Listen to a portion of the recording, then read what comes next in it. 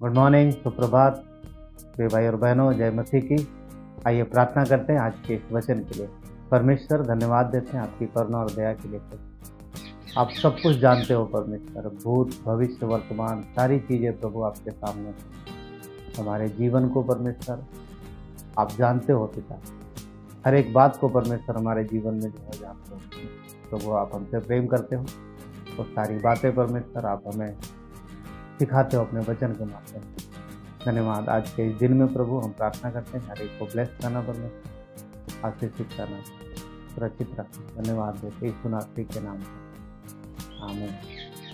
लय व्यवस्था का 26 अध्याय, यहाँ पर हम देखते हैं कि जब आप पढ़ोगे लय व्यवस्था 26 तो यहाँ पर परमेश्वर का आशीष और आज्ञा उल्लंघन के विषय में मिलता है।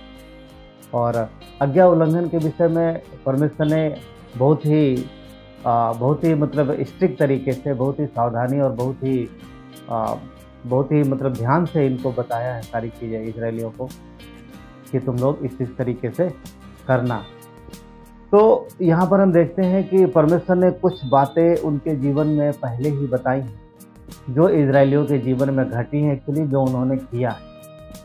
और क्योंकि वचन 14 कहता है, ये तो मेरी ना सुनोगे तो और मेरी आज्ञाओं को ना मानोगे और मेरी विधियों को निकम्मा जानोगे और तुम्हारी आत्मा मेरे निर्णयों से घृणा करे और तुम मेरी सब आज्ञाओं का पालन ना करोगे और मेरी वाचा को तोड़ोगे तो ये मैं तुम्हारे साथ करूँगा, अर्थात मैं तुमको बेचैन करूँगा, क्षय रोग से पीड़ित करूँगा और कई सारी चीज़ें लिखा है इसमें परमेश्वर ने लिखा है। अब जो विषय में जिस विषय में बात करें वो ये है कि ये घटना कहाँ पर हुई है। मिस्र से निकलने के बाद परमेश्वर इन्हें सिनाई पर्वत पे लेके आता है, इन्हें व्यवस्था दे रहा है, इन्हें नियम दे रहा है, परमेश्वर बता रहा और बड़े सामर्थी हाथ के द्वारा परमेश्वर ने इनको निकाला है और अन्य जातियों के सामने इन्हें अपने पास लेके आया है। क्योंकि परमेश्वर जो कि अपने सामर्थ को प्रकट करता है और अपने बच्चों से अपने बच्चों से प्रेम करता है, इस जाति से प्रेम करता है और मिस्रियों को दंड दे करके निकाल के लाया है। और अब यहाँ पर परमेश्वर इन्हें कुछ सिखा रहा है, कुछ बता रहा है। तो इस 26 अध्याय में पहले आशीष की बात करता है और आशीष के वचन ज़्यादा नहीं है इस अध्याय में, परंतु 13 ही हैं। परंतु दंड के विषय में ये काफ़ी, दंड और श्राप के विषय में यानी जो आज्ञा उल्लंघन के विषय में एक्चुअली कई सारे वचन यहाँ पर मिलते हैं और काफ़ी सीरियस है परमेश्वर इस विषय में। तो यहाँ पर कुछ बातें हैं जो आपको देखने की मिलेंगी, क्योंकि कुछ चीज़ें इजराइल ने की हैं और परमेश्वर अपने पूर्व ज्ञान के तहत जानते थे कि वो ये सारी बातें करेंगे, इसलिए उन्होंने पहले से ही ये सारी आज्ञा दी थी। तो यहाँ पर एक वचन है जो अगर आप देखोगे लिखा है, वचन 38 कहता है कि तुम जाति जाति के बीच पहुंचकर नष्ट हो जाओगे और तुम्हारे शत्रुओं की भूमि तुम्हें खा जाएगी। अब यहाँ पर देखेंगे कि, और वचन 29 भी देख लेते हैं, और तुम में से जो बचे रहेंगे वे अपने शत्रुओं के देश में अपने अधर्म के कारण गल जाएंगे और अपने पुरखाओं के अधर्म के कामों के कारण भी वो उन्हीं के समान गल जाएंगे। तो यहाँ पर लिखा है कि तुम्हारे शत्रुओं की भूमि तुम्हें खा जाएगी। कई बार बंधुआई हुई है इजरायलियों की, मगर सबसे ज़्यादा जो तकलीफ, सबसे ज़्यादा जो प्रताड़ना इन्हें मिली है, सबसे ज़्यादा जो इनको सताव का सामना करना पड़ा है, वो करना पड़ा है हिटलर के समय में। और वचन 38 कहता है कि जाति जाति के बीच में पहुंचकर तुम नष्ट हो जाओगे।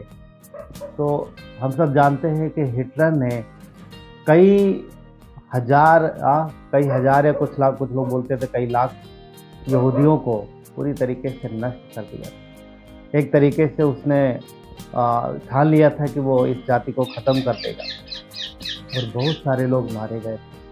तो अब देखो ये लय व्यवस्था 38 है, परंतु ये घटना जो घटित हुई है हिटलर की, इस वचन के लिखे जाने के बहुत साल बाद ये घटना, इवन लगभग 3000 साल से ज़्यादा भी समय के बाद ये घटना घटित। तो परमेश्वर जो है जानता है अपने पूर्व ज्ञान के तहत कि उसके लोग क्या करेंगे किस हिसाब से, और ये वचन हम देखते हैं कि हिटलर के समय में बहुत ज़्यादा सताव होता है और बहुत ज़्यादा लोग दुखी होते हैं, बहुत ज़्यादा सताए जाते हैं और बहुत सारे लोग मारे जाते हैं। तो वचन कहता है कि तुम्हारे शत्रुओं की भूमि तुम्हें खा जाएगी। तो ये वचन वहीं पर होता है कि वहाँ उनके लोग, वो सारे लोग नष्ट हो जाते हैं उस शत्रुओं की भूमि में, यानी उस विदेशी, वो उस अलग भूमि में जो उनकी नहीं थी एक्चुअली में। और वचन 43 भी देखेंगे, लिखा है कि पर वो उनसे, एक्चुअली वो देश के विषय में बात कर रहा है यहाँ पर।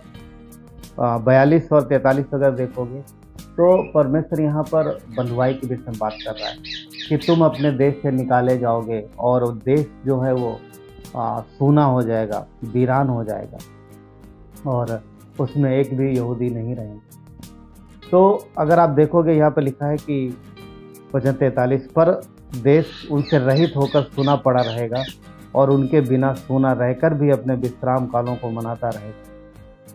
तो यहाँ पर देख रहे हैं कि वचन कहता है कि यहूदी जो हैं वो उस देश में नहीं रहेंगे और वो देश सूना हो जाएगा।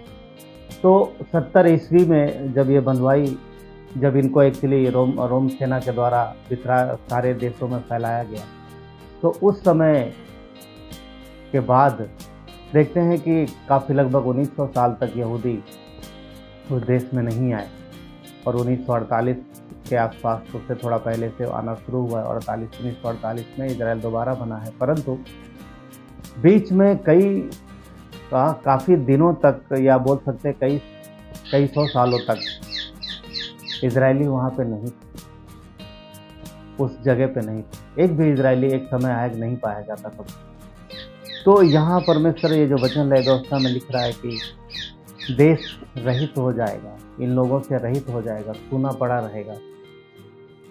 तो परमेश्वर जो है अपने पूर्व ज्ञान में जानता है कि आने वाली पीढ़ी क्या करेगी।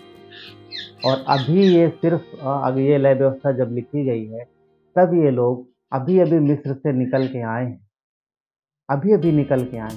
तो परमेश्वर इन्हें पहले ही चिता रहा कि यदि तुम ऐसा करोगे तो तुम्हारे साथ ऐसा होगा।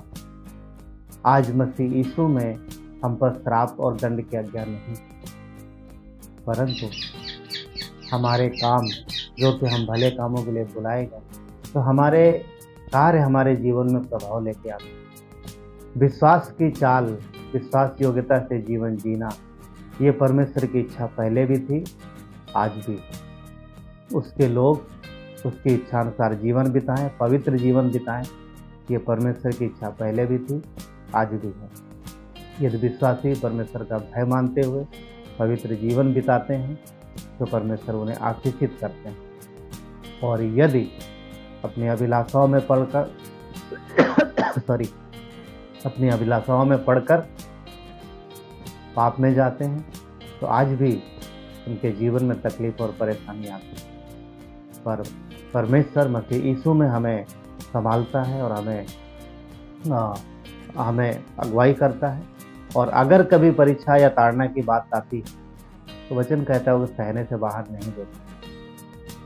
तो आज के लिए, हमारे आपके लिए, कि परमेश्वर हमारे जीवन को जानता है, क्या आज हम कर रहे हैं, क्या हम करेंगे, क्या आने वाली पीढ़ी कैसे रहेगी, जानता है। मगर वो चाहता है कि हम विश्वास योग्य रहें और अपने पीढ़ी को भी सिखाएं कि वो परमेश्वर के साथ विश्वास योग्य रहे।